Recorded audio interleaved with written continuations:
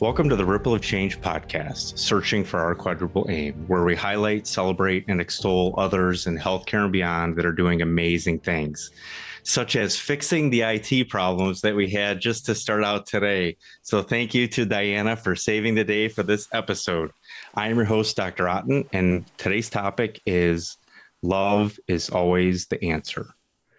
Two other amazing physicians are joining me, Dr. Diana Londoño, who's a urologist, life coach, and founder of physiciancoachsupport.com. And Jonathan Fisher, cardiologist, well-being champion, and author of an incredible book, which I'm working through myself. Look at this. We both got it. I love it. This is great. Oh, even better. Fantastic. And I'm going to surprise them both by reading a little bit from their work. I'm going to start with Diana's. I believe in hope, in humanity, and connection. Love is always the answer. And from Jonathan, I realized then that the change in medicine, as in any field, begins with a single voice, fueled by just one heart, daring to speak against the tide.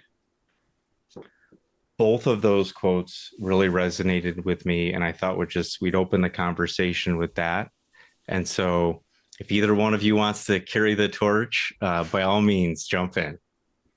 Well, first of all, I just want to say thank you. I'm just so grateful. Yes, we have some IT challenges, but it cannot be with a better group of just amazing human beings. And I think, why I connected, with both of you. The first time I met you, Todd, was just like this heart, it just exudes out of you, like this energy that is just so loving and so powerful that it's almost like takes you back because it's just so delicious and surprising in a way, but not so much.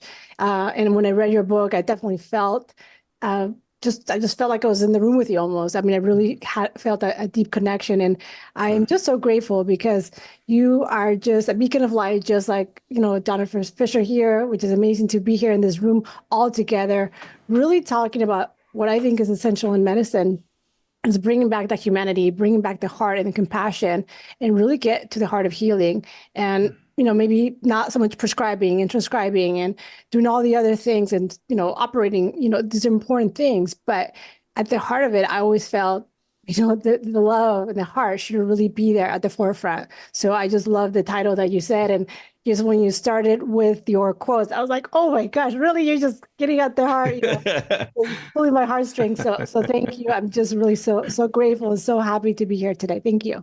Oh, you're welcome. But it's great to have you. And Jonathan, I'd love to hear your initial thoughts on maybe the volleys that have been thrown out there. Tell us what's on your mind. What's on my mind, what's on my heart these days is the power of these conversations. The world is saturated with podcasts. It's a growing market, and people always have new ideas. And I'm always questioning how much of the benefit that listeners and people watching have is the actual content of what we're saying. If I could talk about the causes of heart disease or how emotions affect our heart.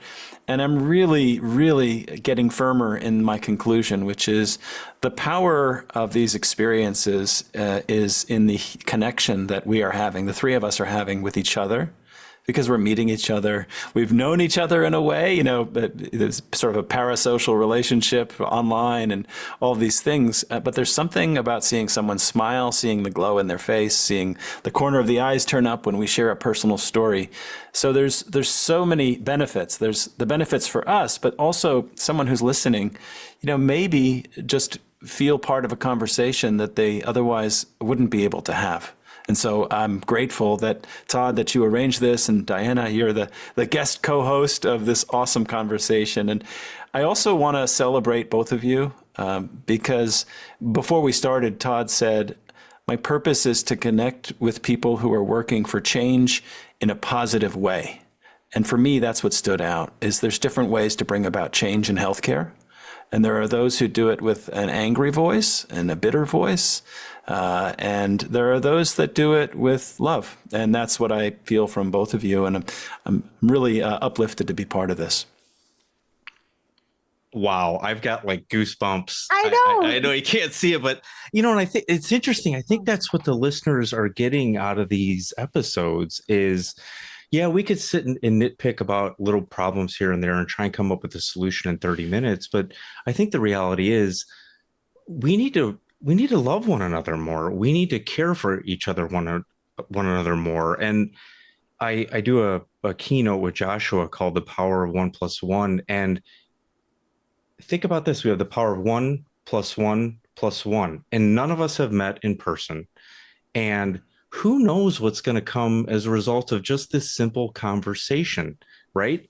Who I don't know. I don't have a crystal ball, but I'm excited to think about the possibilities. What about you, Diana? I tell Well, me what you first, if I think. meet you, I'm going to give you a big hug because I'm a hugger. So just be ready for that. The hugs are coming. But yeah, I think it's so important, even just kind of when I started physician co-support, I'm not here to really just talk about this in this meeting, but really the reason why I did it was to really plant like seeds of hope. Because when I was in a dark place through burnout, you lose hope. And especially as physicians, when we're in the depths of burnout and the molasses of it, we lose hope and then we get suicidal very quickly because that's sort of what happens. And so for me was I felt hope when I got support through physician support line, a sister program. And I felt that if somebody was there who was just a psychiatrist through COVID, which was terrible for everybody, especially with the weight on their shoulders as psychiatry, and they volunteered their time to help a stranger, with whatever I was going through, that just gives you hope. And you have to see like there's so much good despite the darkness. There's just so much light and love and goodness. And that's what really prompted me to say, I believe in hope. I want to plant those seeds of hope, of like good karma. And I may never see the fruits. I may never get to thank you or see what happens. Like you said, we don't know what will happen. But I want to plant that because even if I don't taste that fruit, other people will. And that is really powerful to me. So that's just sort of how I think about it and why I do it. And I really do it like out of love and out of hope and out of service and a sense of purpose that I'm here for something greater than just me. I want to help other people in a better way. And if I have that voice, if I have the courage to say and show all my scars that we've carried, then let that be, a help for others to maybe get that courage to say, I'm worth it. I'm going to take that step to find a therapist, to find a coach, to talk to a spiritual person, somebody, a friend, and let them know I need some support. So, that's really why, I'm here. And no matter, what we can pick on or what's not good or we're not perfect at, we have to have something driving us. 100%. And I'd like to hear, Jonathan, it looked like you're going to say something, even though you're in that little small box at the top. Yeah. But it looked like you're ready to roll. So go ahead. Well, this is where my default kicks in. And I know Diana is the co-host here, but I wanted to ask Diana a million questions as you were speaking, because I related to parts of your story there, from reaching out to a psychiatrist or a psychologist or multiple over the last decade or so, doing that. And I can only imagine doing that for me in hiding, in a sense. I was hiding it from my co-residents when I was doing internal medicine.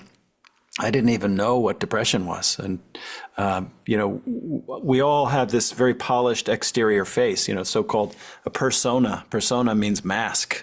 And so in medicine and healthcare, part of it is necessary, right? We have to put on a calm face if we're doing surgery or if we're doing a stent procedure or if someone's coming and they're having a ventricular arrhythmia. We do want to put on an external face. But I think a lot of the suffering that I personally felt and that a lot of our colleagues in healthcare feel, and by extension, their patients are not getting the best of them, it has to do with this gap between the face that we're showing others, which is a face of often of perfection, impossible standards, superhuman behaviors, and really what's going on the inside, which often in my case, and Diana, I'm just hearing whispers of that, but I can only imagine. In my case, it was really a deep sense of disconnection, a loss of hope, and a longing for a meaningful life. My mind is going right back immediately. Diana, I don't want to steal the mic from you. No, you're not stealing. I mean, every time somebody speaks, I'm like, oh, I need to sit on that. And I don't even want to speak. I just want to feel it. And I don't want to say anything. And I just want to sit and listen to the words because they really have so much power and so much depth. And, it's sort of like I'm allergic to superficial conversations for a reason. I mean, because this is what I crave. I mean, and like my friend says, no, I'm anaphylactic. I'm like, oh my God, I love you more, because he's like, took it to the next level. I was like, yes, you're my kind of person. But it's sort of like, people ask me, oh, why are you a urologist? I'm like, yeah, there's many reasons, but it really is really connecting in that soul level with somebody, and especially as a urologist. I talk about, erectile dysfunction and incontinence and things that bring so much shame. And, people like you, like are hiding with their pain and their shame, with their conditions that they're dealing with. And they have to come to me, and we have to establish that trust really quick in a few minutes, in this 15-minute. And they have to also transcend my exterior, like meat suit that is a woman and that is Latin. And so it's like getting that connection, that trust, and that soul to soul, space, that's what's really powerful to me. And of course, people love operating, doing all this stuff. I love it too. That's really important too. But what makes it worth it for me is that connection and that trust and that space where what people tell you is sacred. It is a sacred space, just like a friendship, just like if you're a coach, just if you're a physician or you're spiritual, like that space where people tell you their fears, it's really sacred. And I'm really humbled to be a physician because I get that opportunity. Yeah. So that's what came to mind to me. Well, and Jonathan, to piggyback on this a little bit, you dig into these other components of healing and medicine beyond what's thought of as a traditional Western medicine and medications and stents. And you get into this with some of the experiences with your patients as a cardiologist. I'd love for you to maybe tell the audience about that a little bit, if you would. There's a lot of power in it as I was reading through your book. Thanks, Todd. This is a conversation that I didn't have any podcast to listen to, and there's a whole field. Some people call it psychocardiology, which it turns out that has been around for about 20 years or so. It goes back thousands of years, really. And so as I was trying to understand how I was pretending to be a heart doctor, and I say pretending because I'm a smart guy. I'm not saying that, to brag, but, I top of the class. I did all the things right. And I think everyone on this call, hard workers, I had all the knowledge in my head, but I didn't have the compassion in my heart as I was showing up to other people. That sacred space that Diana, that you're talking about, that was like a foreign language, a foreign concept to me. If you told me that 10 years ago, I'd say, what are you talking about? This is nonsense. And now that is everything. That's what I was speaking about before. As we come into this conversation, the three of us, the value is not even in what we're talking about as much as how we're showing up for each other. And what if we can do that with each one of our patients? So, Todd, as I recognize that just as I was sending my patients for bypass surgery who had atherosclerosis and had heart attacks, there was a bypassing that was happening in the care that I was giving. I would prescribe a medicine and order a test, but I was curious to find out that the root of 80% of heart disease and chronic disease the world over, both in men and women, has nothing to do with a physical problem in the heart. It has everything to do with these lost dimensions of the heart that no one speaks about in the clinic, or very few people. And so I see the heart as having four dimensions. There's the physical, which is the most obvious. It's easy to point to, but we often ignore the symptoms or misinterpret. Then there's the emotional heart, and we were alluding to our own struggles with anxiety, depression, some of us PTSD because of what we were a part of or what we witnessed in healthcare, patients dying, not being able to decompress, carrying that over, nurses on our team, witnessing it again and again, never able to process those emotions and then supposed to go on and be caregivers. The third dimension of the heart is, we now know, one of the most important. It's the social dimension of the heart. And then lastly, Diana, you alluded to this 3 times, and I think this is something that I'd like us all to be more comfortable talking about, not just you and me and Todd, and it's the spiritual aspect of the heart, which is at the root of every world religion, every wisdom tradition, and that's why I opened chapter 1 of the book talking about Chinese medicine and Buddhist tradition and Islam and Judaism, Christianity. There's a reason why the heart is so central in all of these, because the heart is the lens and to take us towards healing. This is incredible. I think Diana and I are both debating how to respond and what to say. I love this. Whenever I'm like scooting up in my chair and you can see me get all glowing, I'm really excited and have like 1,000 things I want to say and struggling to figure out which one to pick. But I think we can extrapolate this into healing our system too, right? Like this goes way beyond the one on one with the doctor and the patient. I think we can use these principles and these tenets to heal our offices and heal our systems and potentially heal healthcare at large in the United States. And sure, that's a grand vision. And I talk about, my goal is wanting to boil the ocean. But I think the more of us that prescribe to this line of thinking where we account for these other components beyond just the physical, we can do it. And there's power in that. Dan, I'd love to hear your thoughts on this too. No, I mean, I didn't realize the psychocardiology was 20 years, in the process, because, we still don't have that in urology, but every day I'll do psychourology all day, every day, and it's like there's tears all the time, not because we do cancer, but because, you address those pain points that are causing the disease. And we know that stress, is causing 80% of the doctor visits. It's that headache and that high blood pressure and that diabetes is not well controlled and that pelvic pain and the overactive bladder and all these things that if we don't address that other component, which again can be definitely the social component, what the stressors at home, their spouse just died, they don't have money to even pay the co-payment, and they're having stressors with that, they're sleeping on a couch. These stressors are important. The spiritual, the disconnection, people feel lonely, even in our crowded space. And that's very common too for physicians. We see people all day, but we're lonely. And how toxic, how damaging loneliness is, more than smoking cigarettes. So, there's all these components that if we don't address with our patients, they're truly not going to heal. And again, maybe some people don't want to heal patients, but I truly do want to heal. I don't want to put Band-Aids and just give you your medication and, I'll see you in 6 months and then you're not better. Well, why aren't you better? It's because we didn't address the root cause and we didn't address the stress. We didn't address your pain, your trauma. And I understand some people are not ready to go there. I get that. But they would find it so much more fulfilling that their patients truly get better, that there's this connection, that there's this, like their like shoulders just like drop from relief that was addressed by somebody.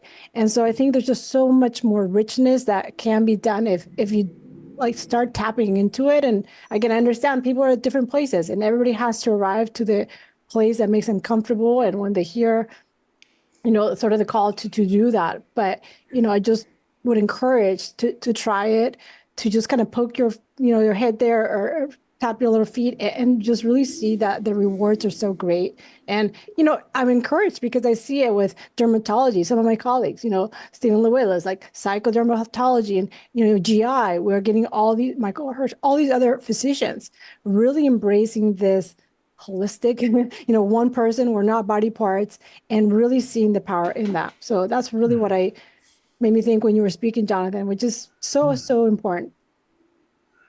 I agree. In fact, I was going to say, I think the most powerful prescription I ever wrote in my entire career of over, we're all roughly the same age, I think, and, over 20 years or whatever, was the one to my co-author Joshua when I told him to just write.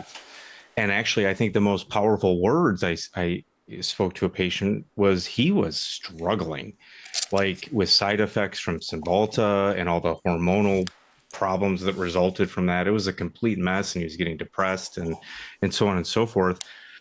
And finally, I was running out of ideas for him, and I told him, Joshua, I believe you are going to get better, but you have to believe it too. And that was a turning point for him because it started to take him out of that deep, dark place. He wanted someone else to have hope and belief in him.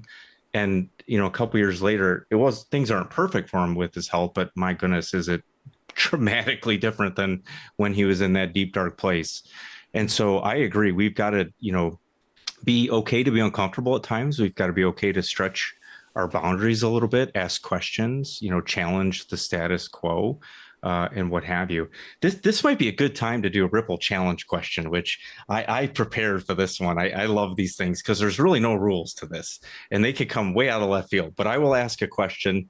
Feel free to answer however you'd like.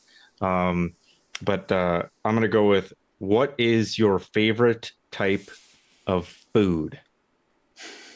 Jonathan, why don't you go first? Oh my gosh. So my instant answer is sushi. I had it was a vegan sushi roll last night, which was first time I had that. It was really good.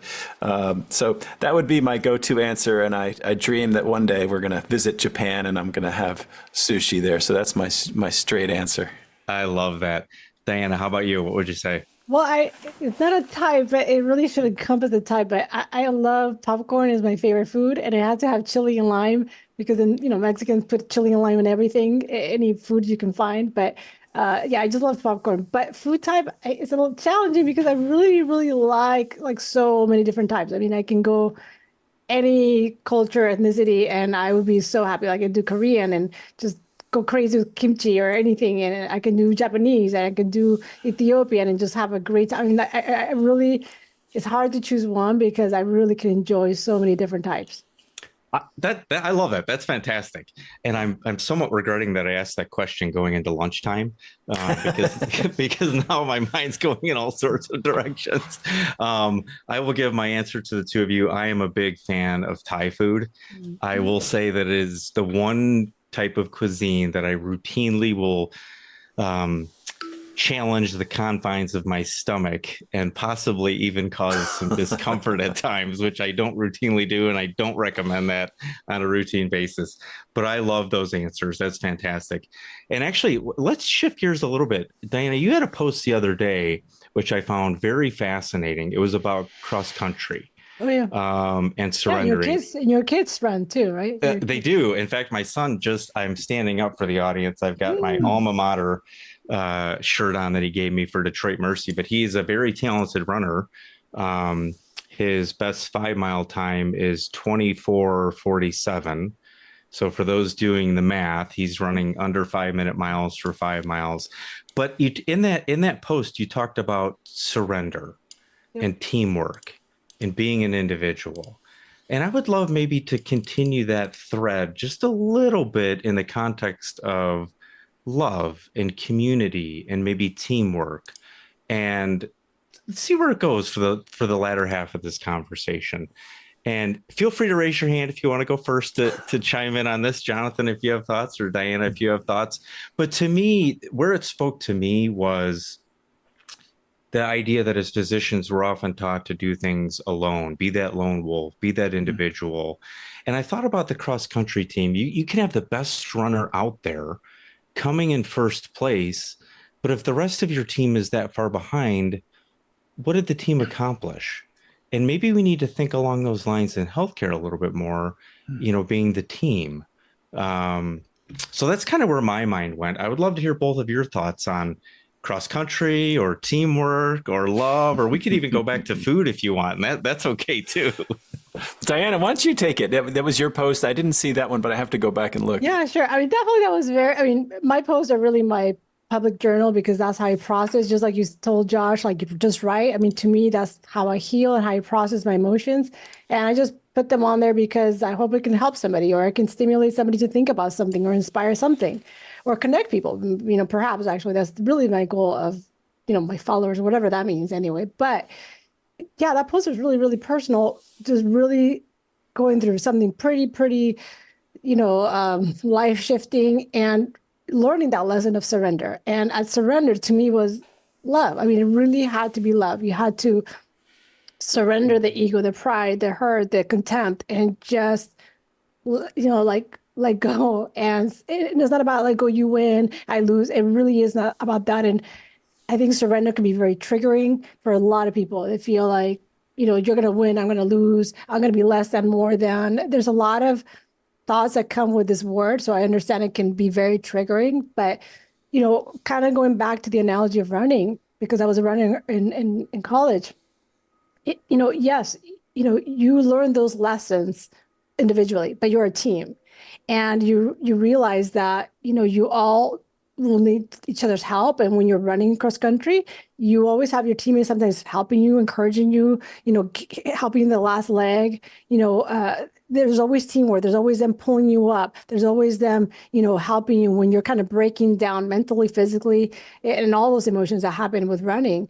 And this is kind of how I think life really is. It's, we all have our individual, but we are all walking each other home, like Ram Dass said. We're really just getting there together, realizing we need help from each other. We're all interconnected. What one does affects the other in some way, shape, or form. So let's affect each other positively. Like you really talk about it and do is like, let's do it in a positive manner.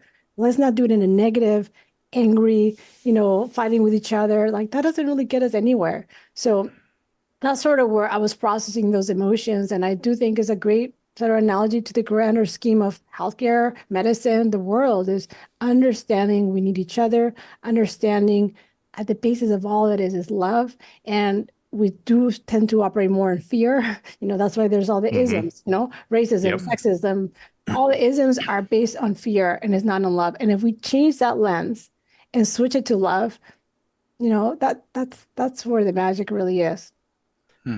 That is awesome. And I'd love to hear your thoughts on this too, a little bit, Jonathan. But before we jump to that, I just wanted to make one comment because I can't help myself sometimes.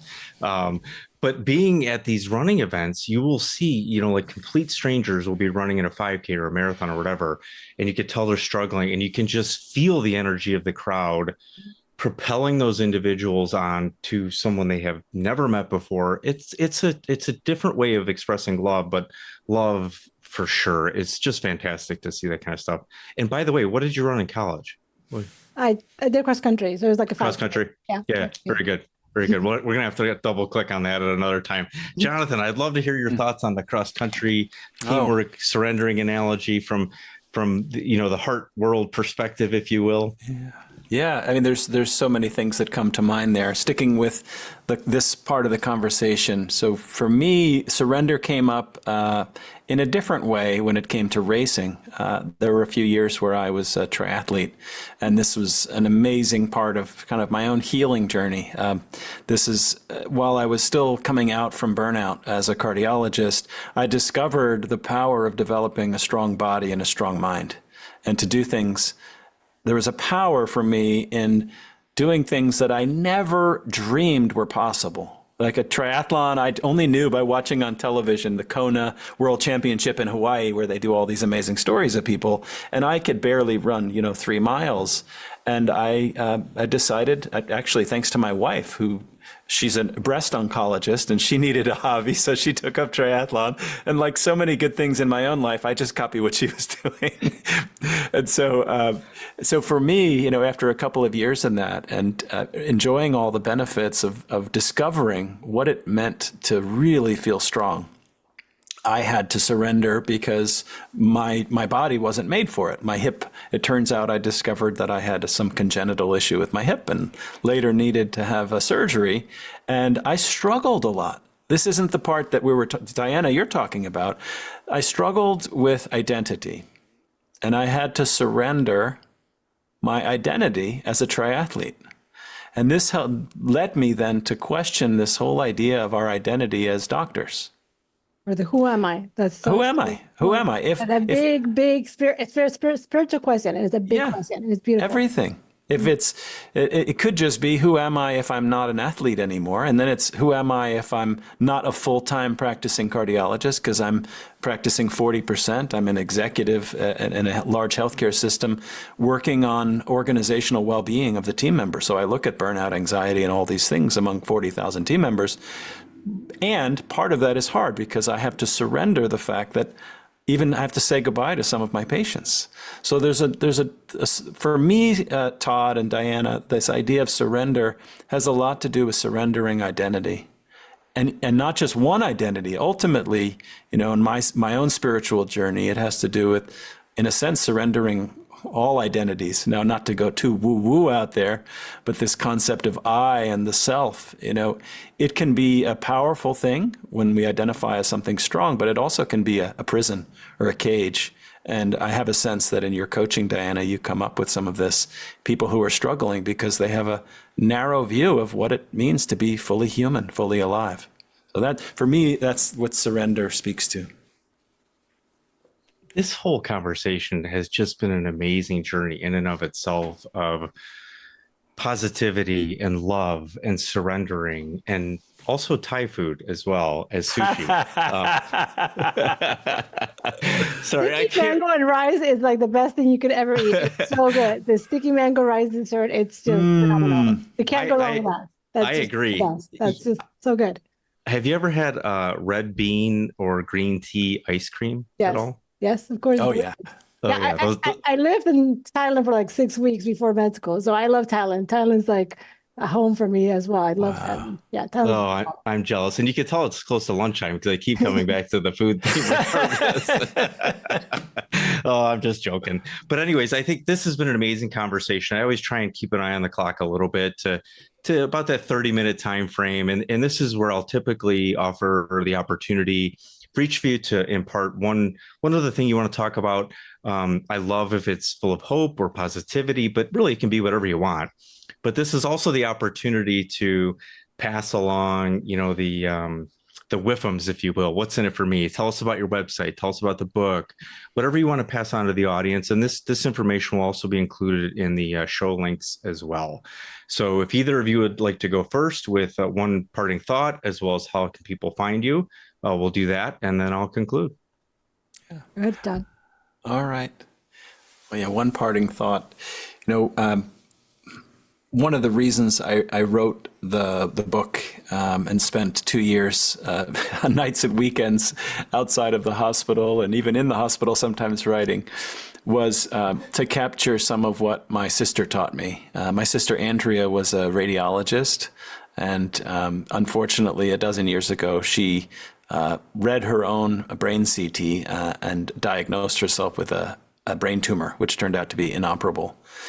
And so while I love laughter and I love joy and I embrace all aspects of life now, there was a time when I really turned off my emotions and I just focused on medicine and I focused on being a, quote, good doctor. And Andrea's sickness and eventual death taught me that life has certainly its share of pain for all of us. And there's certain pain that we can run away from.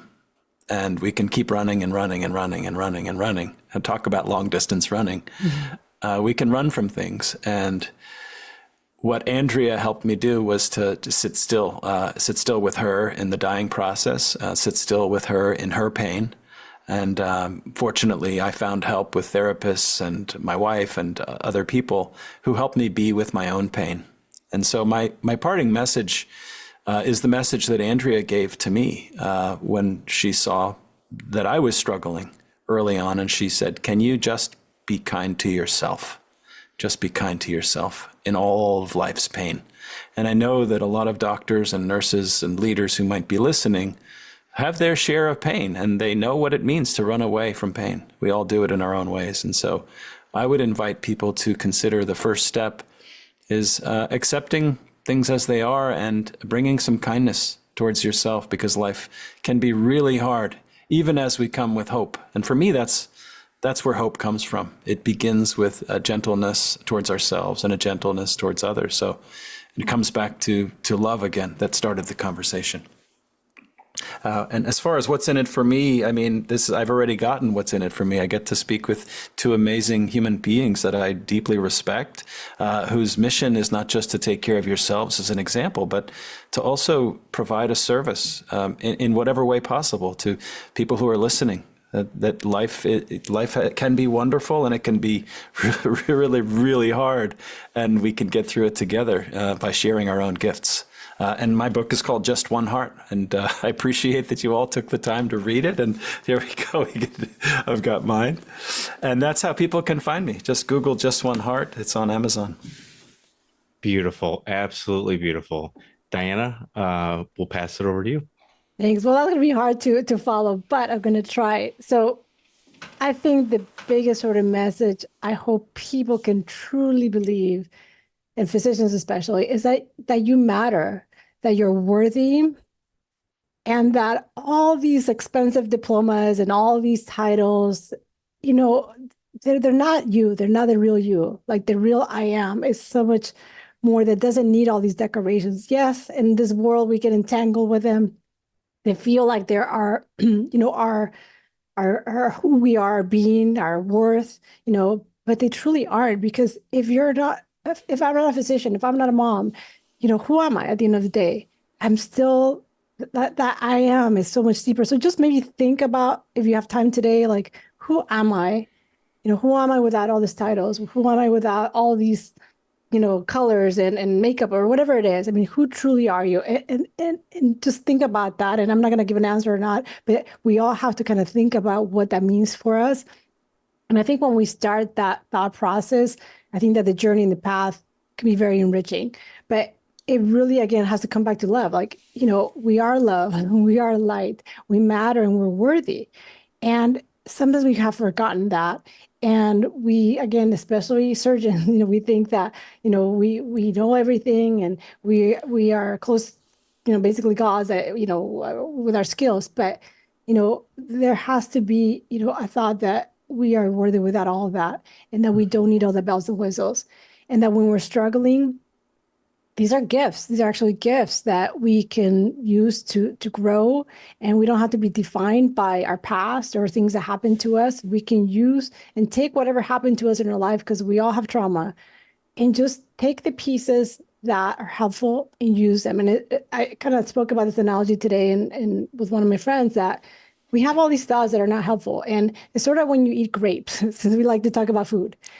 When you eat grapes, you know, there's like the squishy ones and the really good ones, and you're kind of picking the grapes. So you don't have to pick the squishy ones and hold on to them and eat them. Just pick the good ones, you know, and eat those. And that's kind of like how we have to think about things. Like, there could be a lot of things in our life, or a lot of thoughts we kind of ruminate on.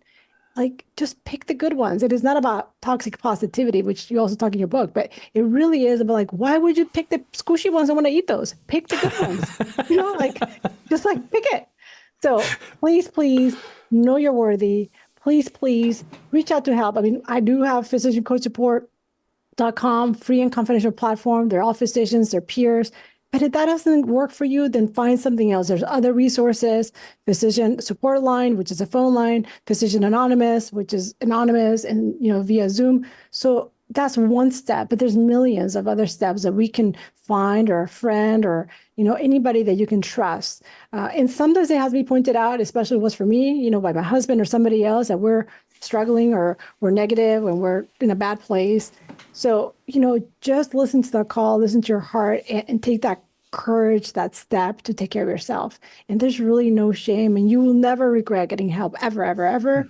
You just won't. And like, again, we are here to help each other. So just reach out to somebody you trust. You will not regret it. So I hope that this call to action will just help you realize that.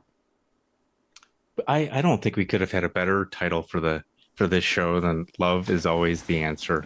This was just a wonderful conversation. I truly respect and appreciate both of you, and I hope that the listeners were really absorbing what has been said throughout this conversation, particularly in the last couple of minutes. There was a lot of gold in there. So if you got to rewind it, play it back, whatever you got to do, soak it all in. I think most people are aware, but I always let everybody know: Ripple of Change, ourquadrupleaim.com. And finally, what positive ripple of change will you create today? Grab your copy today. Ripple of Change is available in hard, soft, and ebook formats. More information at www.ourquadrupleaim.com. Thanks for listening, and let's turn ripples into waves of lasting change. Stay tuned to this podcast as we search for examples of our quadruple aim.